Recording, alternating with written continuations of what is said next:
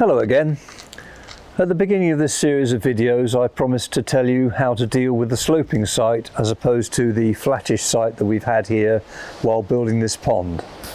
The diagrams behind me are an attempt to illustrate a section through a pond built on a slope.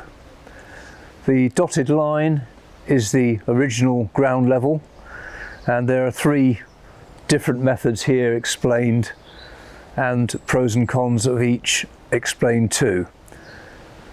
When people dig a pond on a sloping site, the most often favoured technique is to dig a hole and put most of the material from the hole into a bank on the downhill side, thereby raising the ground level on the downhill side and allowing the pond to be built.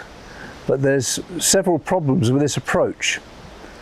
Firstly, the spoil that you've dumped is going to be loose, and even when you tamp it down or stamp it down as much as you can, it's still likely to settle over time, and it'll make this area of the pond prone to low spots and leakage over the top of this dam that's been formed. Some people try to create a bank here with soil and stones and call it a rockery, but that's rarely successful.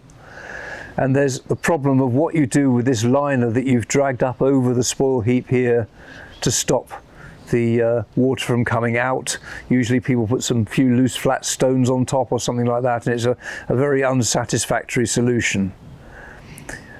You're also going to have a bank on the uphill side, allowing soil and debris to wash straight into the pond with no impediment, and that's going to cause a lot of muck to get into the pond and increase the likelihood of algae taking over in the pond. Again, is a difficult place to try and terminate the liner. Invariably it's pulled up and an area of liner is still left visible outside the pond and covered over with a few stones. So I don't recommend that approach.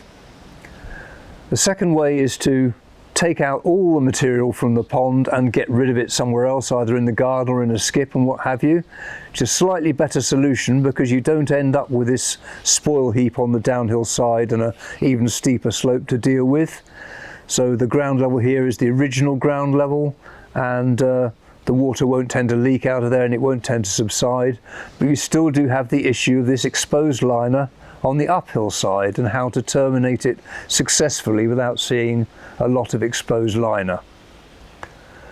So the only solution really is to make an entire area of flat ground which is bigger than the pond before you start, and allowing yourself to have a level flat area all the way around the pond.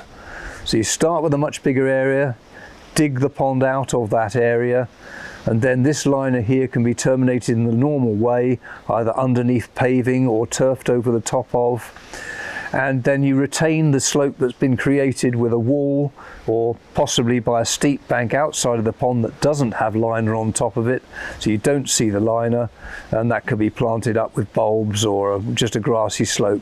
Still not a perfect solution, but unfortunately the steeper the slope is, the more difficult it is to dig a pond and make it look right.